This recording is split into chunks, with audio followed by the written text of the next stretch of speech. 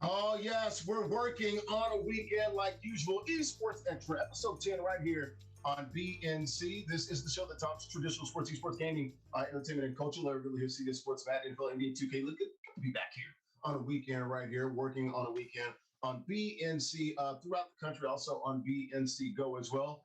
Here to talk traditional sports, esports, and gaming. Got a big show for you guys. We're talking NFL kickoff. Started on Thursday night in Tampa, the Super Bowl champs, getting by the Dallas Cowboys. Not JJ, TJ Watt, the younger TJ, the younger Watt brother, gets a mega deal with the Steelers. We'll get into that. Jamar Chase, comparisons from the NFL football to the college football, things taken a little bit out of context there. We'll talk about that. Also, Paul Pierce, never been a fan of LeBron James, still not a fan of LeBron James. Why he said one of the reasons why he's okay and happy not to be doing TV and being an analyst on ESPN anymore. Also, Bishop Sycamore, the faux high school in Northeast Ohio, in the state of Ohio, finally saying the quiet part out loud. They're not a high school. We'll get into that. And John Beast, Madden 22 Ultimate Kickoff Champion, started his career in Madden through our leagues, Compete Forever Esports right here on BNC.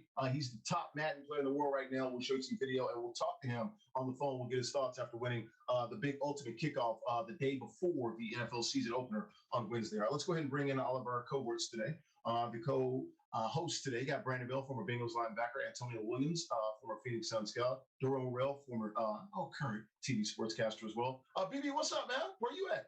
What's going on? I'm down here in South Jersey, where I reside. Where I reside, I got you. Hey, Willie, you doing all right, man, down there in Dalworth? Doing all right, man. Down here, living here, enjoying it. It's all to the good. Just down here, living here. That's good to hear, man. Yeah. Dagwood, where you at, Carnoustie? Brooklyn, Canarsie, Brooklyn. Just taking it day by day, trying to stay alive. Hey, there you go, man. There you go, day by day. All right, guys, let's dive in. Bucks, defending Super Bowl champs. Open up the season on Thursday at home against the Dallas Cowboys. Side of Super Bowl 55, where they won the Super Bowl last year on their home field. Fired the cannons down there in Tampa. Dale Mabry in Tampa, St. Pete area down there. Came back, beat the Cowboys 31-29, game-winning field goal, about 5, 6, 7 seconds left.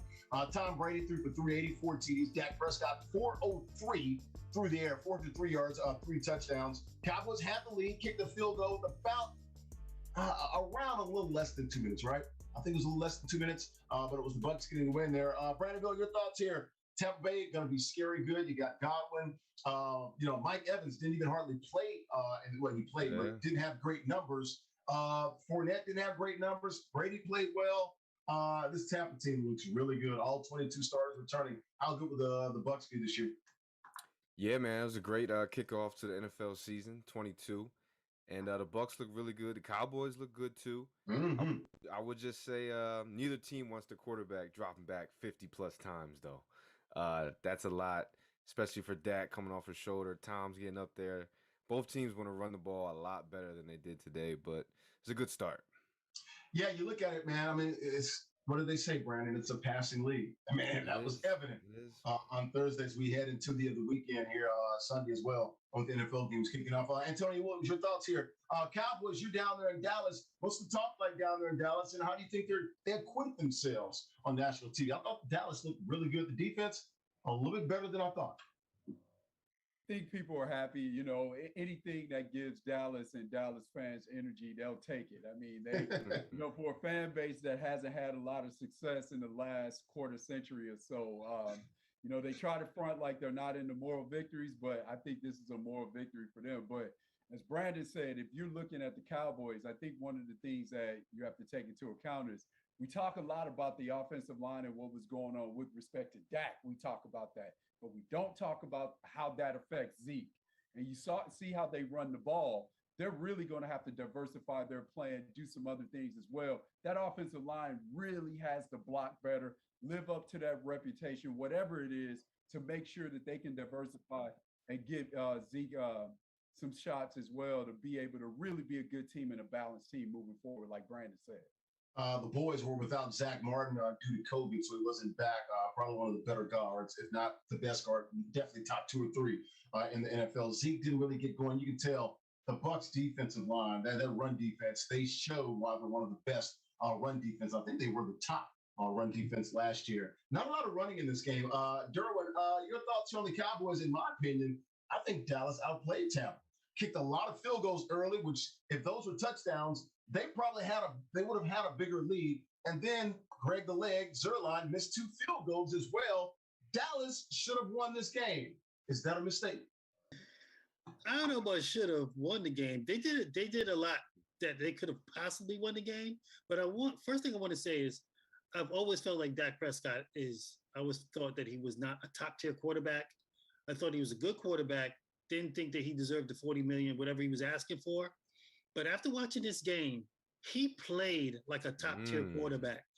A guy that's coming off the injury that he was coming off of, that was impressive. He put that ball up 58 times. He made all the right reads and throws.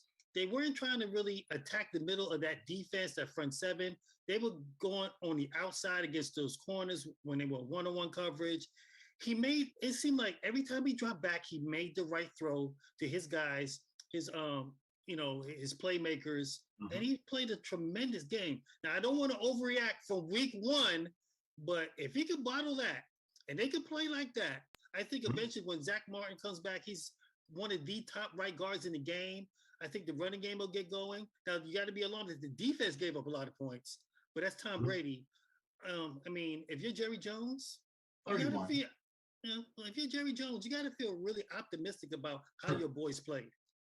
And even the pick he threw to CeeDee Lamb, it was perfect. You looked at the replays like, that's not Dak's fault. CeeDee's got to catch the ball. You can tell he kind of alligator arm that as a former receiver. I don't know what that's like. Brandonville, your thoughts here. Dallas, are they going to be better than we think? Right now, it's them in Washington, I think, for the NFC East. Your thoughts? Yeah, that's fair to say. That's fair to say coming into the NFC East. And, they look good. Defense got to sharpen up a little bit, as you said. But like you said, it's a pass-happy league. Points are going to be scored. Yeah, and Dak looked good. Shoulder, ankles, no problems. Like I said, 43 yards up, 3 TDs in that one pick that wasn't his fault. If you ask me, Dallas looking like the best team in the NFC East. And look, they got to get Zeke going. He's making a lot of money. You got to run that rock, but we'll see how the Cowboys fare. They don't play another playoff team from last year for another 2.5 months. They play Kansas City in week 11. So the schedule sets up pretty nice for them. I think they go to LA next week. They start the first 2 games on the road. They are at SoFi Stadium, site of Super Bowl 56 at the Chargers next week. Don't sleep on those Chargers. No, don't do that. No, that'll be another high-scoring game. Trust me. It will. Justin Herbert back in his second season. Let's take a break. We'll come back here and talk more National Football League. Best defender in the NFL on defense, T.J. Watt. Steelers basically was a hold in, been working out. Really, doing some one-on-one stuff. Hasn't been with the Steelers. Gets a monster deal right before the season starts. We'll talk about it here at Esports Xtra. You're watching it on BNC.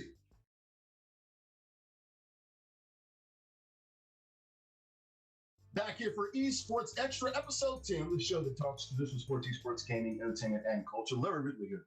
See the Sports Magic Phil NBA 2K League, Brandon Bill, Antonio Williams, Doro Real. Good to be back here on the weekend here on BNC. Guys, let's continue the conversation with the National Football League, talking TJ Watt, great defensive player for the Pittsburgh Steelers, 15 sacks last year. Definitely one of the top, handful of defenders, definitely top 5.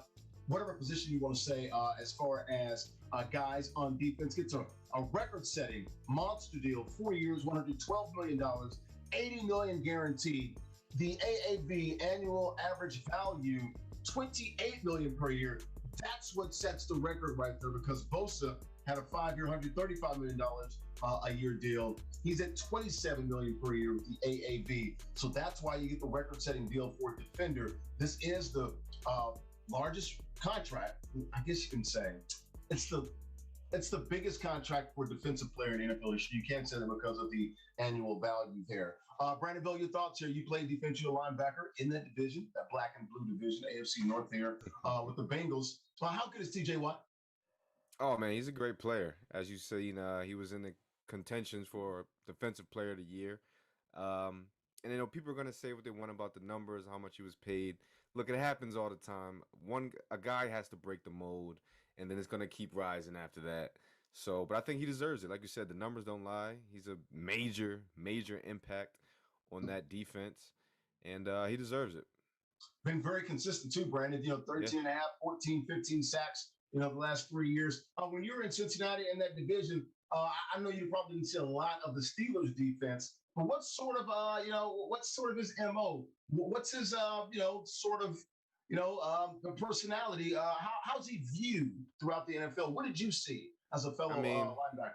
I think when you're in that Watt family, it's just like what you see with JJ. He's a worker, he's a grinder. The team loves him. You're not going to get many complaints about a Watt brother. And when they play as good as they do, they check all the boxes.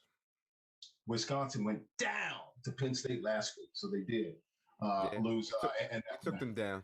Hey, Willie, your thoughts here. Let me ask you this, hey, Willie, because this is where I really wanted to go with this. I think T.J. Watt, very deserving, $112 million, $80 million guaranteed. We talked about the AAV there, $28 million. Past Bosa, also Khalil Mack. I think he signed, a 6-year deal, $100-something million.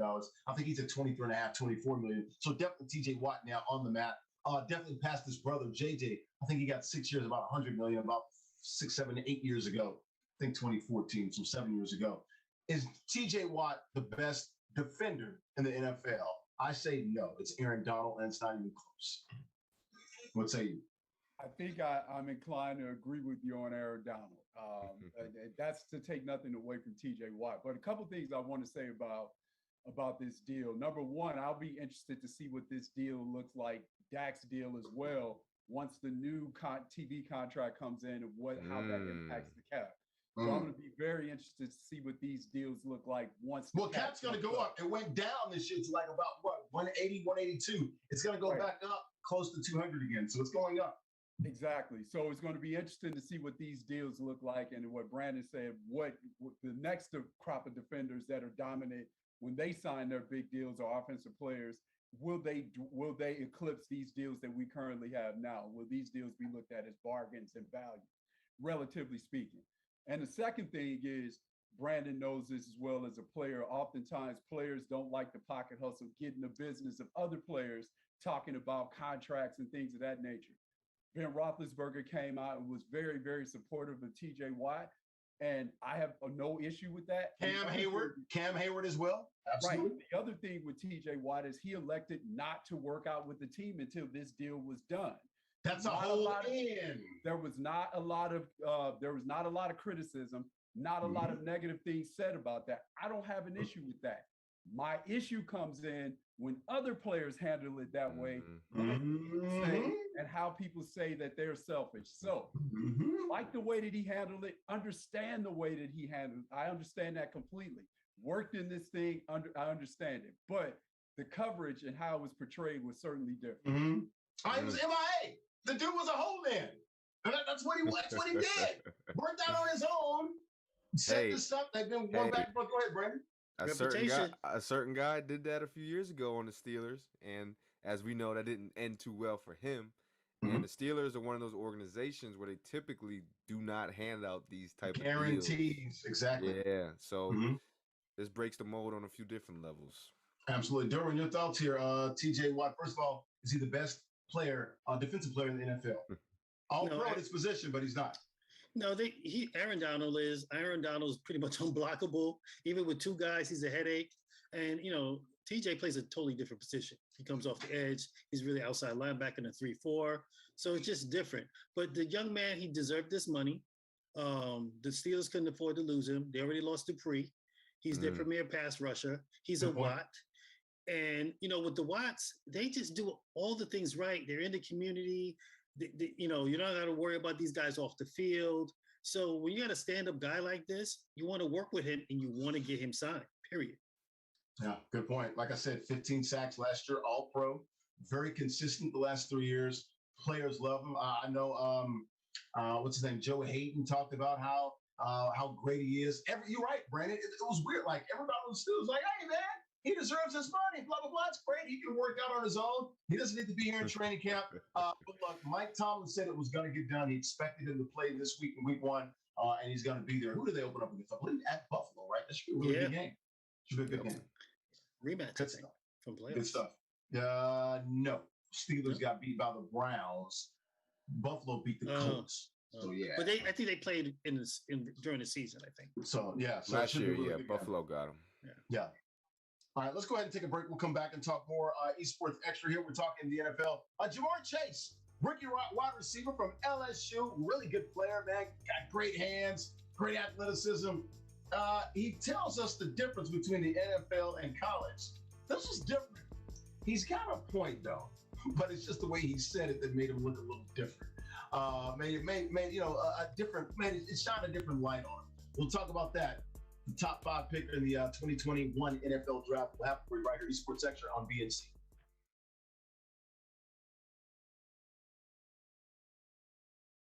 Back here on BNC, this is Esports Extra, episode 10, the show that talks sports, esports, and gaming here on weekend, Saturday, Sunday, 4 p.m. Eastern, Level here, Brandon Bell, and Tony Williams, Durham, Will guys.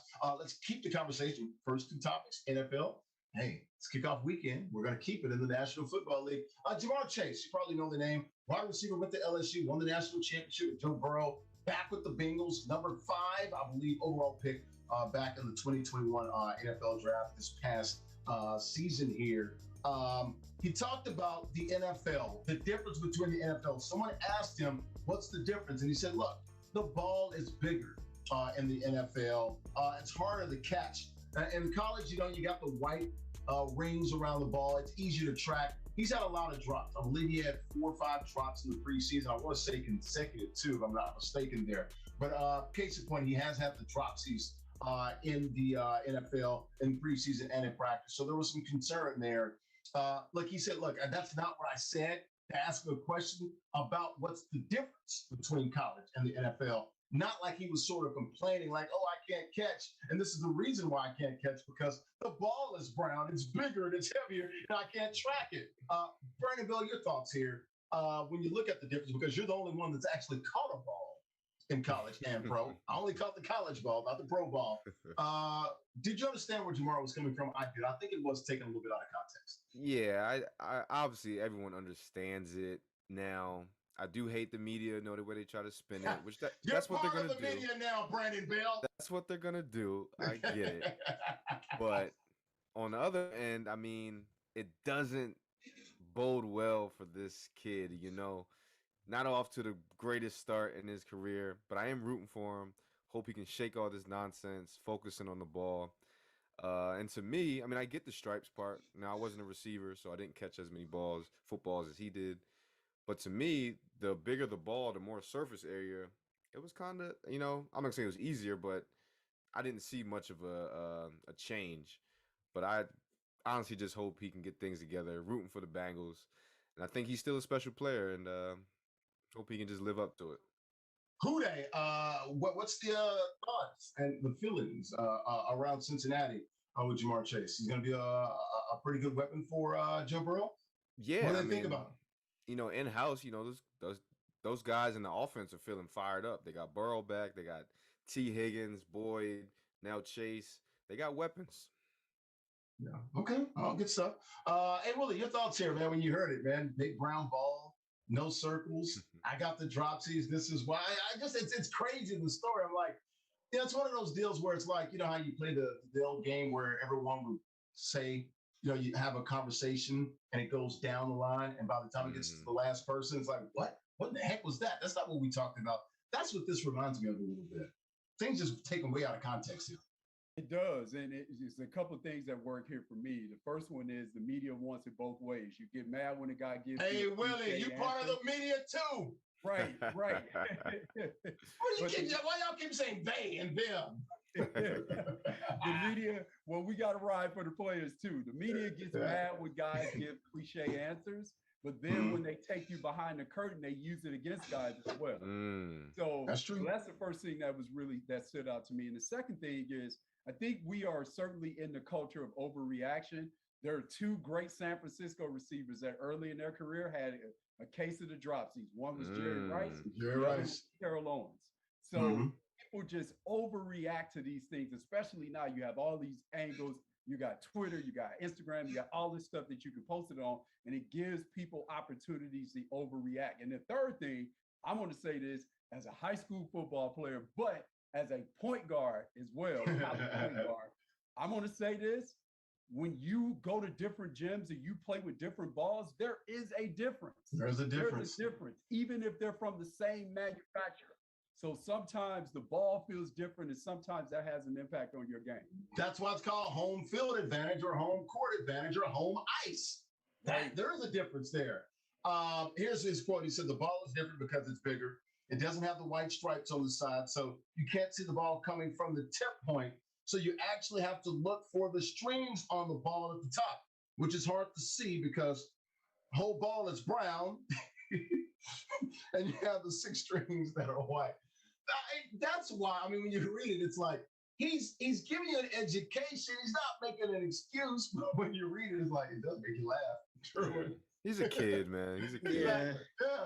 Yeah. I mean, he wasn't lying, but it just, I mean, it was a quote. And if you don't know the context of what the question was, you just read the quote, you're like, I mean, when I first saw it, I was like, come on, bro. You can't say that. It's like he was oblivious to the fact that, dude, all anybody wants to talk about is you can't catch and you got the drops. Right. And because you have been dropping the ball, this is not the answer. You don't even want to answer that question. Because I've watched him a couple of times, and I think I've seen him catch one ball the whole preseason. I've seen him drop a couple.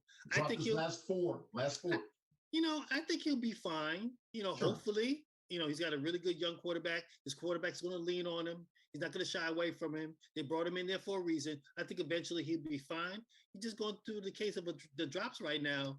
And just giving that answer doesn't make him look good. But hopefully he'll shake it off. He'll be fine. Next time when they say, Jamar, hey, what's the biggest difference between the NFL and you drop 4 straight passes? Don't talk about the ball. Yeah. Just say the guys are good. Yeah. Let's just say that. And, just keep it nice and vanilla. They're different. These Jimmys and Johns are different in the NFL than they are at Middle Tennessee or Brandeis. That's the difference. There's a lot of Brandon Bales running around there. So, no, we're rooting for Jamar Chase. He's going to have a big year. I was a stud at LSU playing and win the national title a couple of years ago. All right, let's take a break. We're going to come back. We're going to talk the round ball. I know A. Willie is loving that. Paul Pierce covered him in Boston, won a championship in 2008, went to the finals again in 2010. Great battles with LeBron 4 or 5 times in the playoffs. Paul Pierce got the best of him early on a couple of times. LeBron won the last couple. Oh, he tells it like it is. We'll talk about it. Why he doesn't like LeBron and why he's not on TV. Paul Pierce talking about LBJ. We'll have it for you right here. Esports Xtra on BNC.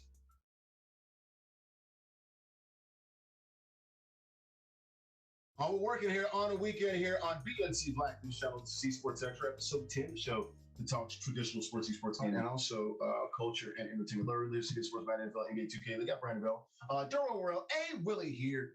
And A. Willie, you are the former Phoenix Sun scout, former college basketball player. We're talking round ball, baby.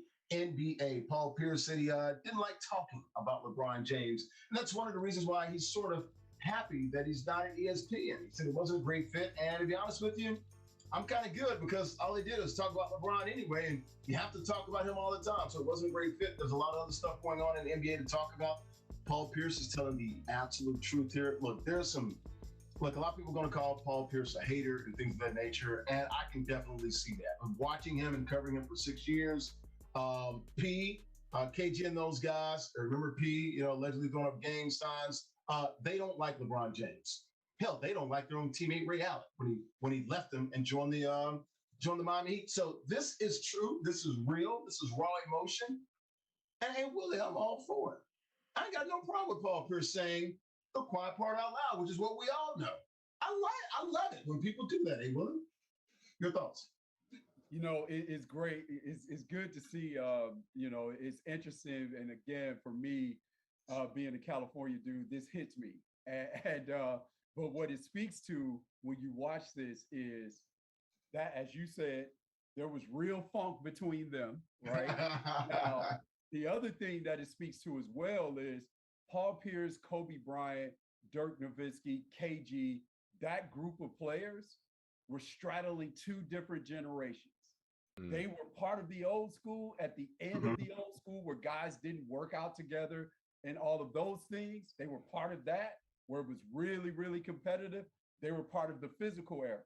but their careers were coming to an end, their tail end of their primes to the end of their careers were in the new era, where most of these guys all played together in different cities every single weekend. And they became friends, they work out together, all of those things. So they straddled, they're in that awkward place. So you see that funk, you see that energy, you see that heat manifest itself in the media. Now, again, the guys that will go into the media now, this new generation, they're going to cover these guys completely different. It's going to be completely different. Most of these guys have been friends. They've been working together. They work out together. So I think that's one of the things that you really see coming here in play. But the other thing as well is, to your point, I don't have an issue with this also because of this. What it takes to be great in this league, what it takes to be great, and what those guys have to do from a competitive standpoint, there's actually more of that goes on than what people think. Brandon Bell, how much more do you appreciate Paul Pierce now that he's kept the same stance? And that is, you can call me a hater all you want. I'm not jumping on the LeBron bandwagon. I do respect it. Gotta respect the keeping it real. I don't like the fact that maybe if he's trying to use it as a crutch as to why he's not with, ESPN anymore. I hope he's not LeBron isn't living in his head rent free all the time. Rent free. But I mean, I get it. But at the same time, there's a lot of players. Reggie Miller's in that, old school threshold that you speak of. And we know he wasn't too fond of a lot of guys, but you still make a living. I think you can still respect the greatness of other players, even though you see yourself as a great player. So, I'm on the fence. I'm on the fence about it a little bit. Yeah, Derwin, he also threw some shade at ESPN. He's like, I was done with him anyway. We all know Paul had the infamous video. You guys can go look it up. We're not going to get into it. ESPN and he parted ways. Basically ESPN. I guess you can say got rid of him. But he was like, look, I mean, I don't want to be a part of that anyway. All they do is sit there and talk about LeBron. I just look. The more I think about this, Derwin, I'm completely fine with this. This is not hating, because he's been consistent since 2003, talking about I'm not bowing down to the king. I'm not doing it, and I like it. I mean, you could praise him for being consistent. Doesn't mean he's still not a hater. He's still a hater, but he's been consistent. He hasn't changed. I just always looked at Paul Pierce as a guy. He always wants to even look at me. He can't stand for somebody else to get some shine. So he has a problem with LeBron. I mean, honestly, I get tired of seeing LeBron on my timeline too on Facebook. So I'm tired of LeBron myself. But I'm not gonna stick for Paul Pierce. I don't know. I just feel like some of these ex-basketball players don't need to be analysts anyway. So I'm glad he's now no longer on my TV. Chris Webber is another one. I mean, there's a couple of guys that I feel like just because you play the game doesn't mean you need to be an analyst. And I'm glad that Paul Pierce is doing something else, honestly. I'll never forget LeBron, and I think Cleveland came in when he got his jersey night and stuff like that. And they hammered the Celtics, and just the looks on his face, I feel bad for Pete. I also think there's a part of the Celtics and those guys that said, I wish we could have gotten together a little earlier. Because remember, when they all got together, they were in their early 30s for the most part. They only had like a 2 or 3 year window. Yeah. If they could have gotten together 2, 3, 4, 5 years earlier, I think that's what it is. It's a lot of regret too. So good stuff, Paul Pierce and LeBron James. Let's take a break. We'll come back. One of the stories of the high school football season. Know this name, Bishop Sycamore. Well, it's really not a school, folks. It's just a football academy, if you will, in Ohio. What they're saying now, after that beatdown on national TV, and maybe what we can expect next for this supposed high school.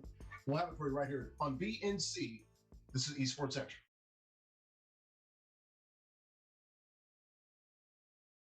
Welcome back here to Esports Xtra, the show that talks traditional sports, esports, gaming, entertainment, and culture. Episode 10 here on BNC Black News Show. Larry Lewis, CBS Sports, my NFL, NBA 2K League. Got Brandon Bill, former Bengals linebacker, Penn State University Nittany Lion captain, and Tony Williams, former college basketball player, and also Phoenix Suns scout, worked at Nike, Boston Red Sox as well, and Derwin Worrell, fellow TV sports Sportscast all around good guy. Guys, we're talking Bishop Sycamore here, the school in Cleveland or Northeast Ohio. We'll just say the state of Ohio. Really not a school. We saw them on national TV on ESPN, got booked to play this game against IMG, who's a real school. Basically, it's weird because I think you guys are right. Bishop Sycamore wants to beat IMG. ESPN took some flack for having this game on TV. It was a 58-0 blowout. IMG probably could have scored about 80 or 90 points if they really wanted to. People did some digging. There was some, investigations here. It's really not a school. There's no curriculum. And the coaches come out and said that. Not that guy. That's Roy Johnson. He used to be the coach. That new coach now that took over said, look, we're not a school. There's no curriculum and things of that nature. So they're starting to correct the record here, guys. Your thoughts here, Brandon Bill, when you hear about the school in Ohio here making headway.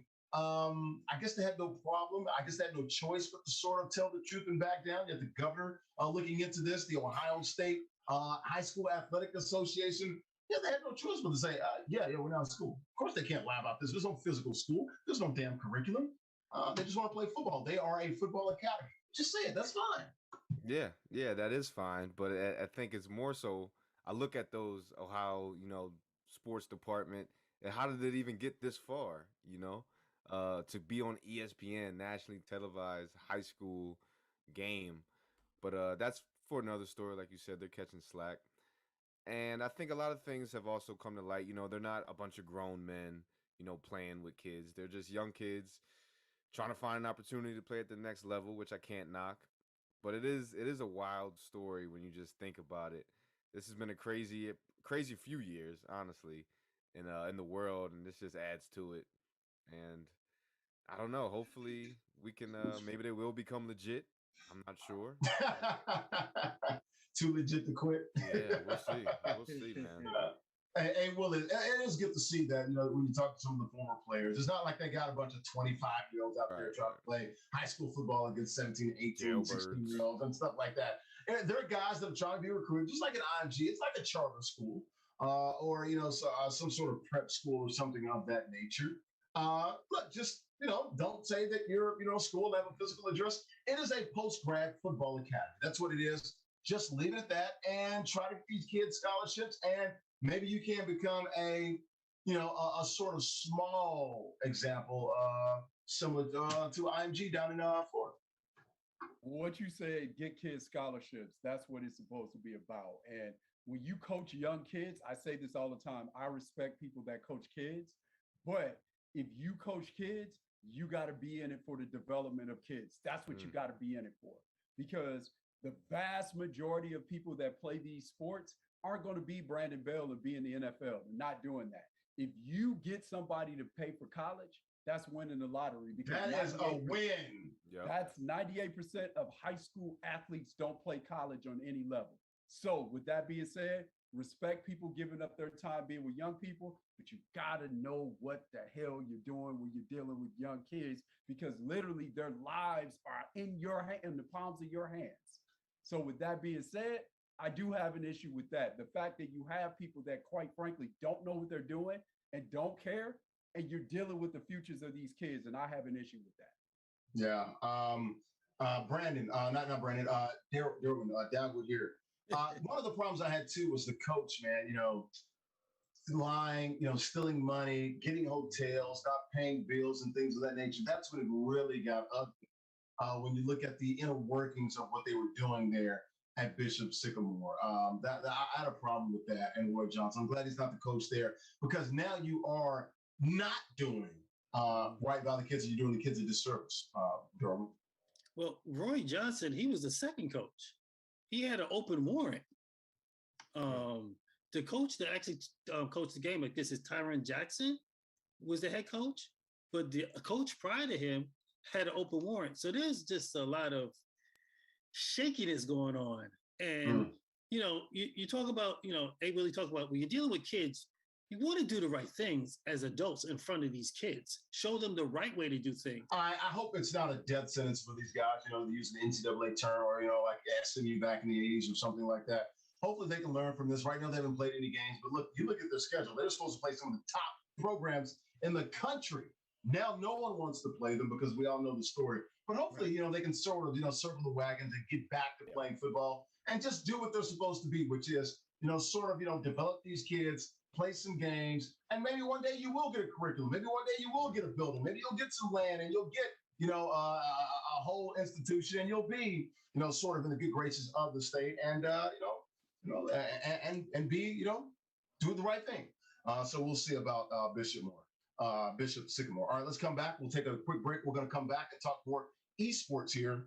John Beast, a winner of the Madden 22 Ultimate Kickoff. Here's a young man started in our league, and he has made it big. You know the song from Drake, guys. Started from the bottom, now we're here. Look at that young man from the 860 Connecticut represent how he won $40,000 and where he came from. We'll have it for you here on DNC. This is Esports Xtra.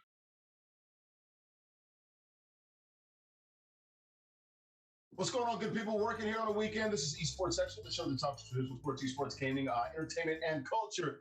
All right, Larry Ridley back here, CEO Sports Madden Info and Me2K League. Got Brandon Bell, former Bengals linebacker, Antonio Williams, former Phoenix Sun Scout, Darren O'Reilly, fellow TV sportscaster. Guys, let's talk the esports part of Esports Xtra, and a big win for a compete forever sort of guy here. One of our young ambassadors, if you will, a young man, John Beast, winning the Madden 22 Ultimate Kickoff this past week here, right before the NFL season started. I believe it was on Wednesday. $150,000 prize pool. He won $40,000. 19-year-old started his career, won 2 or 3, I think it was 3, compete forever championships, including a couple at Foxwoods. One with the Boardwalk Bowl down in Atlantic City. Look at him, John the Beast took it home.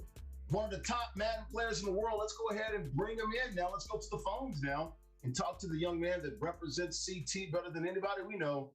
John Beast. John Beast, Larry Ridley here. What's up, man? How you doing? What's good, Larry? What's good, everyone? What's good? Man, dude, we are so proud of you, dude. What was it like, man? You beat Clef the God in the finals. You got your first belt, bro. How does it feel, man, to be the Madden 22 Ultimate Kickoff champion? So after the first hour I won, once my mom came upstairs, she was hugging me and stuff, just crying. That's when it really hit me that it was surreal. Cause growing up, when you want to become calm, get into the scene, once you start watching MCS, all you want is the belt, and just winning that in my second ever MCS tournament, I would say, it's surreal. It's unreal. Where's the belt right now, man? I don't got it yet. I'm waiting for it to come, and probably gonna hang it, obviously, frame it, obviously, in my room. And yeah, just probably one of my that day, last night, Wednesday, probably one of the best nights of my life. Wow. Tell us about it, man. I mean, you're a champion now, and just your second MCS tournament. You played a little bit last year. What does it feel like, man, to be called a champion so early, man? I mean, there's not a lot. Someone said last night that you're a part of one of the people that elite category, which is that. Just hearing that is just because me growing up, since I first started watching MCS, all I thought about was the belt. So since last year I just kept playing the game consistently, make this want to do this full time. And since last year, around January this year in clubs, that's when all right, I want to do it full time after I lost the positive. And since then I just kept playing. Graduated high school. Then once I graduated high school, I was like, do I go to college or keep doing this? And so I just kept doing Madden. And as of right now, it's paying off great right now. It's paying off beautifully. That is cool, man. Are you going to walk around with the belt? I always ask guys when you win the belt, I mean, what are you going to do? Put it in a case? Or I want to see you walk around the streets of Hartford or New London. Man. Walk around the belt. I don't know about walking the streets around Hartford, but I if I'm around my friends, then yeah, I wear it. Just mess around and wear it.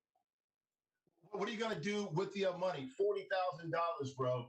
And tell me you're not going to let your mom blow it all at Foxwoods or Mohegan Sun. But with the money, I'm probably just going to save it for now. Because really, just last year in clubs, that really helped me with everything. So I don't feel like there's nothing besides buying a car right now. Only thing I probably need is buying a car. Wait, no. I am gonna buy a puppy. I don't know what puppy I'm gonna buy, but I'm gonna buy a puppy. That's what, because I'm over here playing at home 24/7. So like, I need something to like at least like outside of Madden. So like, why not get a puppy? So that's what I've been trying to do for like the past month already. Sure. Been Can be. looking and yeah. Yeah, it could be a sibling. Absolutely. Before we let you get out of here, just want to ask you about, man, you started out playing our Compete Forever Leagues. We're here on Black News Channel, national TV, here on BNC TV. Talk about how that helped you, man, and prepared you winning a few of our events to get to the big stage, man. So like, really just like, because the Atlantic City, the Boardwalk, Chicken Pete's, that was the first ever comp tournament I've ever won. So just like winning that by, I was like 16 or 15 at the time. And just like driving 4 hours like from there Connecticut to there is just like, and winning my first ever comp tournament, and just like it made me want to keep playing because like it was fun just competing, just like the nerves, the intensity, like if I said that right, like literally anything just like about Madden I just love, and just since then like I've just been playing, streaming, all that every day. Since that, like I could not since that day. Well, good stuff, man. John Beast, man, we congratulate you, dude. Tell your mom we said hello. And we're so proud of you, man. Spend that money wisely and keep competing your butt off, man. Hopefully you win the next 3 MCS, and hopefully you're crowned the GOAT for Madden 22. Okay, buddy? Take care of yourself, all right? All right, man. Appreciate it, man. Everyone be safe. All right, good stuff. That is John Beast, 19-year-old, the Madden 22 Ultimate Kickoff Champion, guys. Go around the horn real quick. Derwin, you've seen this kid. We literally saw him 2 years ago at Foxwoods. He literally began his Madden career. Our Compete Forever League. He won 3 of our events there. So it goes to show this right here can be a nice little stepping stone to something larger.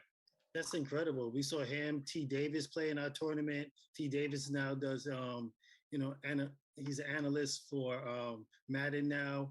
And to see him get the fever after he got a win at one of our tournaments, and now he turns into a world champion for Madden. It's just awesome. And it tells you, you never know how it can start and what you can do with this Madden gaming. So it's great. Congratulations. BB, Willie, get in here. Brandon Bell, you're our color guy. You're the face of Compete Forever Esports right now, all over TV and stuff, man. What's it like seeing some of these young kids? We had 3 of the final 8 of the Madden 22 Ultimate Kickoff. They played in our leagues, came right through our system. It's amazing, man. Some of these guys are, making a living, doing well for themselves at such a young age with Madden, and I can't knock it. More power to them, and hope they continue. Hey, Willie, your thoughts? Good to see, man. It's good to see, especially given the fact that all the things that young people have access to today, and they're actually choosing to play Madden and win money and continue to build their platform on the using the game. It's awesome. I love to see it. Yeah, the kid talked about he made a decision. He's not going to college. He's going to do this full time. And the first opportunity he gets, busting $40K, $150,000 tournament. And I think he's going to win more money this year. It wouldn't shock me if he wins well into the 6 figures this year with 3 more. Big tournaments coming up. Madden giving away over $1 million this year. I think John Beast is going to get his fair share of that. Guys, thanks for being here. Another episode 10, Esports Xtra. And make sure you check us out here each and every weekend, Saturday and Sunday, right here on BNC. That is Black News Channel. Saturday and Sunday, Esports Xtra, 4 p.m. Eastern Time. Once again, Esports Xtra, the show that talks traditional sports, esports, and gaming, right here, Saturday and Sunday, 4 p.m. Eastern, right here on BNC. For Brandon Bell, the former Bengals linebacker, and Tony Williams, former Phoenix Sun scout, Durham Worrell, rocking the FDNY here, September 11th weekend. I'm Larry Ridley, CU Sports. Thanks for watching, guys. We'll see you next week right here, Saturday and Sunday, 4 p.m. Eastern on BNC, guys. Wave, everybody. True. Wardlaw, what up, baby? Get out of here.